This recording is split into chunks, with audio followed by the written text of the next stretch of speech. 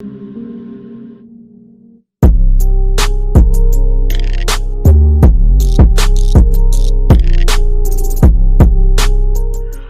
is good, everybody, and welcome back to another episode of the WeSportin podcast. And today we are here to discuss the NBA.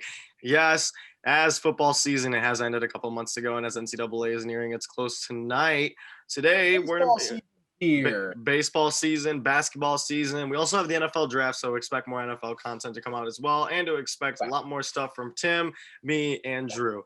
But a word from our sponsor today, Burns Kish Funeral Home, sponsoring us for today's video.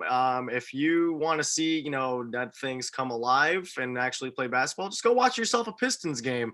Tickets are selling at the Detroit Pistons for $5 now. So if you want to go watch a bunch of dead people run around playing basketball, go watch the Pistons. Or if you want a place to put Russell Westbrook's career, we go to Burns Kish Funeral Home. Actually, that funeral is going to be soon.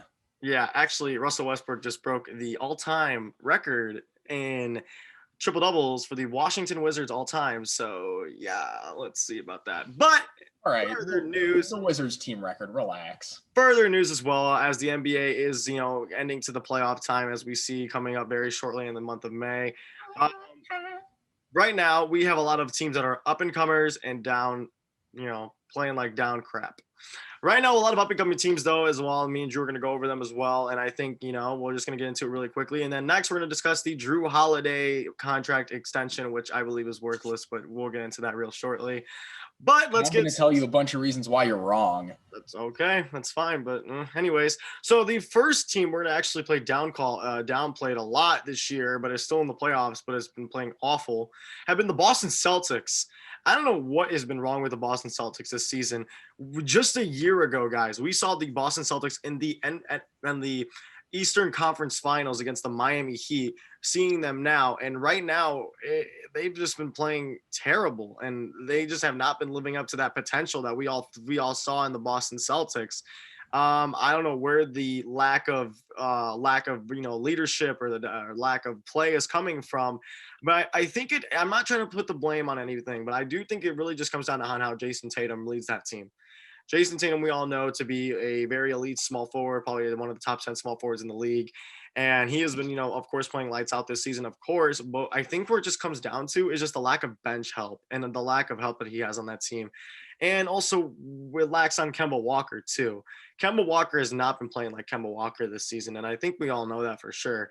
And he has not been living up to that full potential that we all see him. I mean, this year alone, he's averaging 17 points a game after only averaging 20 last year, 25 the year before.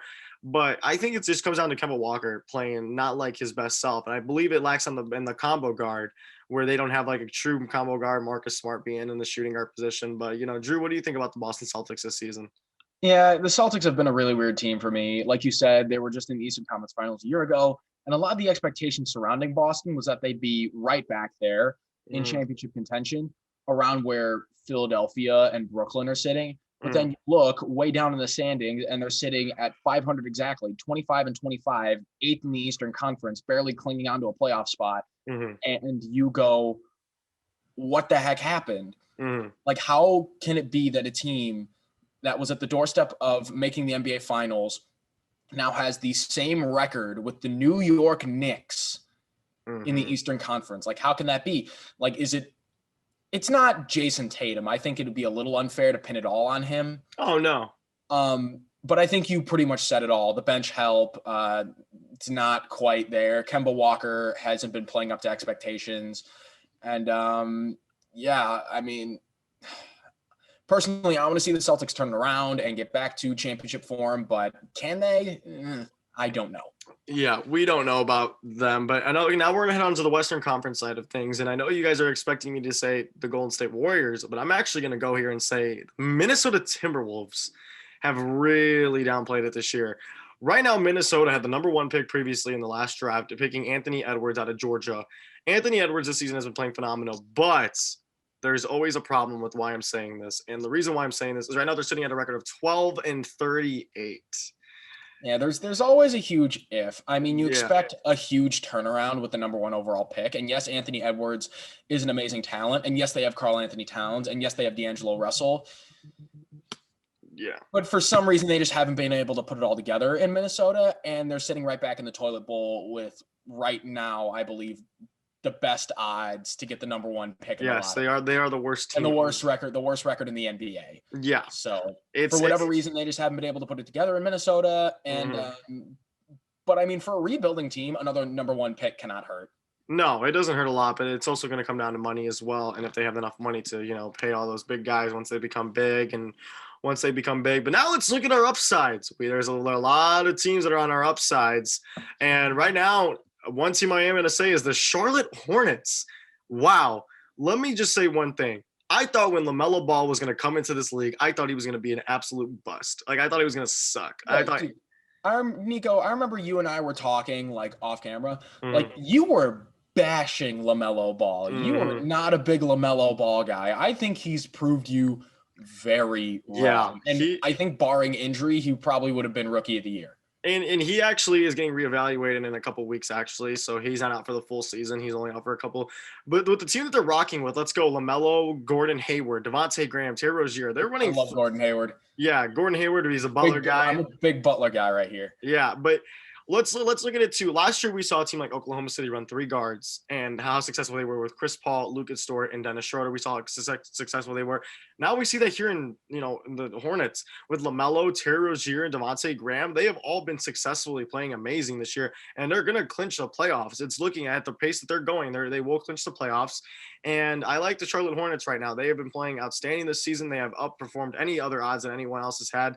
People have stepped up like Miles Bridges, PJ Washington, bench veterans, former Hoosier Cody Zeller, Bismack Biyombo, former Duke 5-star recruit Vernon Carey Jr. all there as well, Malik Monk. A lot of great young talent there. And that should be. You pretty much just listed off the whole Hornets roster. Basically, but that's one of the teams, guys, that we're gonna see come up very soon. And in this team, they're gonna be a 6-7 seed this year, but watch out for them to be next year to be a 4-5 seed. So let's see the Hornets. I like what they're doing. Yeah. So now we're going to move on to one more upside team. We did one East. We're doing one East downside, one West upside. You guys get the gist. But one East upside that I think we're going to look at, it's the Phoenix Suns, guys. You mean West? Yeah, in the Western Conference, my bad. The Phoenix Suns. Phoenix Suns have been playing. Can I just say something about Phoenix real quick? You go for it. I'm going to say 2 things. Devin Booker's a superstar, and Chris Paul is a flat-out winner. And I'm going to elaborate more on that second point. Everywhere Chris Paul goes, he makes the team better. Bar none. The New Orleans Hornets, Clippers, Rockets, Thunder, and now the Suns. It is the Chris Paul effect. Everywhere he's gone, the team has markedly improved. Now, for whatever reason, I don't know, but teams looking to build, get that blueprint ready, get Chris Paul on your team. He will make you better. Yeah. This season, and Drew even said it himself. I mean, these guys have been playing lights out basketball. Right now, sitting at second in the West, about 3.5 games behind the Utah Jazz. Right now, are the Phoenix Suns a contention team to go win the whole thing? I don't think so. I don't know. I mean, I think there's definitely a case to be made because, with a team with Booker, Paul, DeAndre Ayton, I think that team definitely has potential, and they do have the NBA's second best record right now, other than Utah, which is surprising in and of itself. But then that's a whole completely different can of worms. But I like this Phoenix team. I think they have the makings if the ball bounces their way and if everything goes right for them. Who says no? Yeah, and I mean they're really taking that advantage of LeBron not being there. And, and that's the thing, too. And you're probably wondering, why am I saying that? We all know LeBron has been out for the last couple of games. So is Anthony Davis, and Andre Drummond just got injured himself. They are taking over that Western Conference right now. And right now they just need to play with Utah and just see how far Utah falls. And right now, guys, the Phoenix Suns right now are doing really well. It kind of looks like shades of the 90s. If you guys can remember the 90s, how it used to be the Phoenix Suns and the Jazz with Karl Malone, Charles Barkley. Like, it just feels like shades of the 90s right now. But yeah, so now we're going to move on to the topic of the video today, which is the Jrue Holiday signing.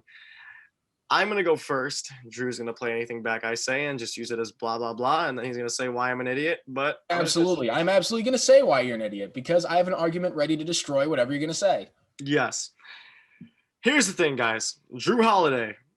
I believe he's a one-time NBA All-Star, one of the very perennial shooting guards. First of all, Nico, what were the parameters of the contract extension that he signed? All right. Well, Jrue Holiday, guys, just signed a 4-year, $160 million extension. My goodness.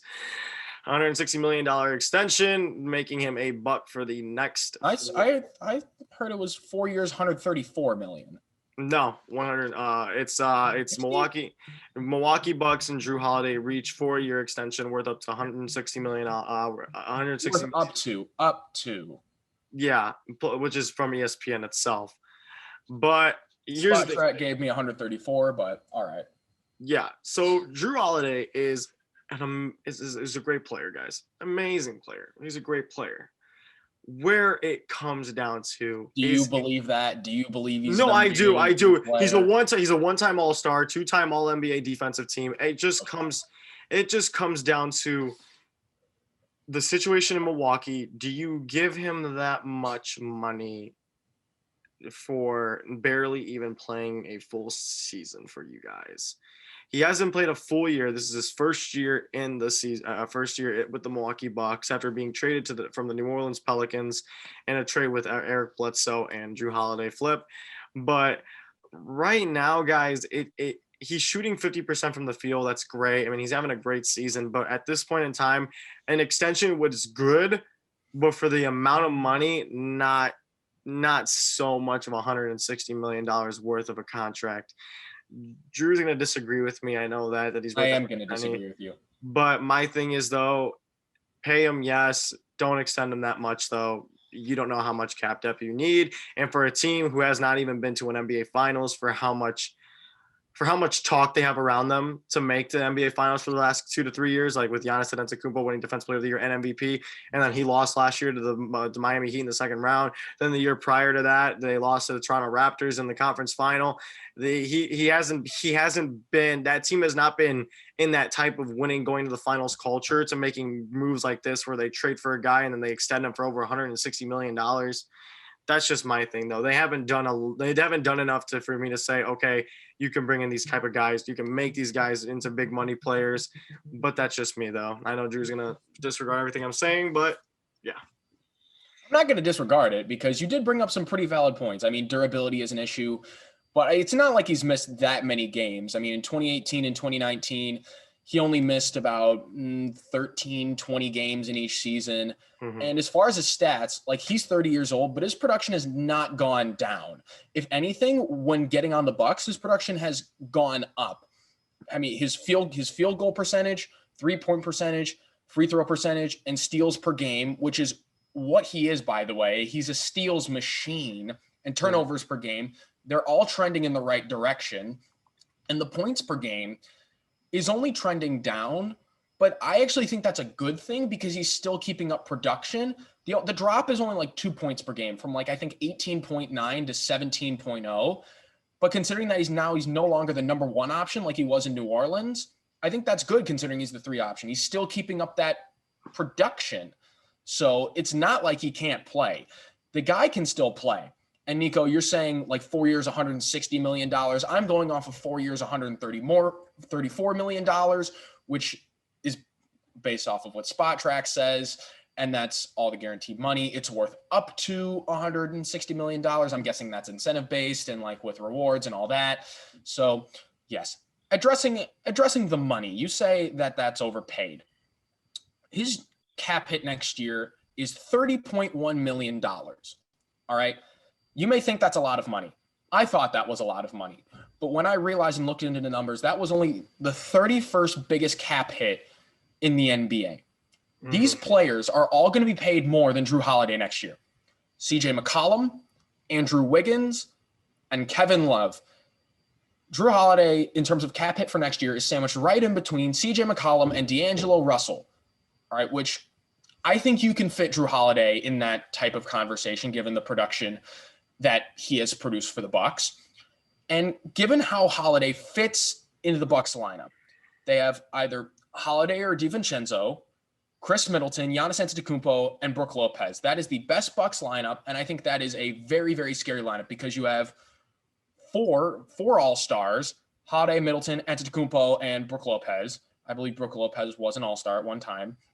And then Dante DiVincenzo, who's a young player, very talented, can get you a bucket or two every night, and he's a good player. Now, there is no time like the present, and the Milwaukee Bucks are very much in win now mode, and they believe they can win now with this core. And Nico, you said that they lost to Toronto in the conference finals in 2019 and Miami in 2020 in the conference semis. Miami eventually went on to lose in the NBA Finals, be Eastern Conference champions, and Toronto eventually went on to be NBA champions. So it's not like they were losing to bad teams. They weren't losing to bums. All right. Now, the Bucks, they've had the best record in the East the past 2 years. They're looking poised to make the playoffs again. And quite frankly, like I said before, there's no time like the present. The championship window is open right now for the Bucks, and signing Holiday helps them win with this core right now. Yeah, and with you going back to that, yes, the Bucks have been, the number one seed, but to me, where it comes down to is the Milwaukee Bucks and let's say in a parallel universe elsewhere, people are looking at us like, what the hell? The Bucks, if we look at it statistically, should have won at least or have been to a finals at least once.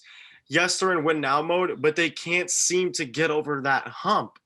They've lost to a good team in Miami, but Miami was a lower seeded team with not a lot of high expectations, even going into that series regardless, because it was going up against Giannis Antetokounmpo, the MVP at the time, and also the defensive player of the year. And they're in this hump that they can't get over, a playoff hump where they can go to the playoffs. They can beat the first team in the first round. They can potentially maybe beat the second team, but then they get to the conference final and they're just sitting there and they're losing these games. Now, granted, they lost to Kawhi Leonard and that amazing Raptors team. Then the next year over, they lost to the Miami team who lost in the finals. But if we look at that Miami roster now and we look at the Bucks roster now, obviously minus Jrue Holiday, but we compare them both, someone would say, yeah, the Bucks should have gone to the finals at least once in the last 2 years. They should be. That's the type of team that they're looked at, and that's the type of team that they can't be. You know what? You're right. Maybe they should have won a finals or two, but they didn't. That's why you play the games. Getting to an NBA finals and winning an NBA championship is very difficult, and that's why you still play the games. All right, you said like they're in this funk, that they're this team that can't get over the hurdle and they can't win the big one and they can't make it past the conference finals, yada yada yada. They can't even make the big one. They can't even make it. I mean, but it's only been for the past 2-3 years. This hasn't been like a 4 or 5 year cycle of getting there, falling short. Well, they're gonna fall short this year too. It's not like they're going to go anywhere this year either. Have you seen the Eastern Conference has been excelling now in the last couple of years, and we've seen that. Hell, the last You're right. They got to make it through Philly, and they got to make it through Brooklyn. But I think this team does have the makings to do that. But that's just my opinion. All right. Is it going to be a challenge? Yes, of course. Philadelphia is a really good basketball team, and Brooklyn is a really good basketball team. But it's almost like people are forgetting, so are the Bucks. Like you say it yourself, Giannis Antetokounmpo is former MVP and Defensive Player of the Year. Chris Middleton is an all-star. Jrue Holiday is an all-star. 2012. It's been a while. Holiday, okay, it's been a while. Holiday's an all-star, but Holiday, his production hasn't gone anywhere, and they don't need him to be the number one. Like, he's still producing, So, like, the Bucks are still a really good team.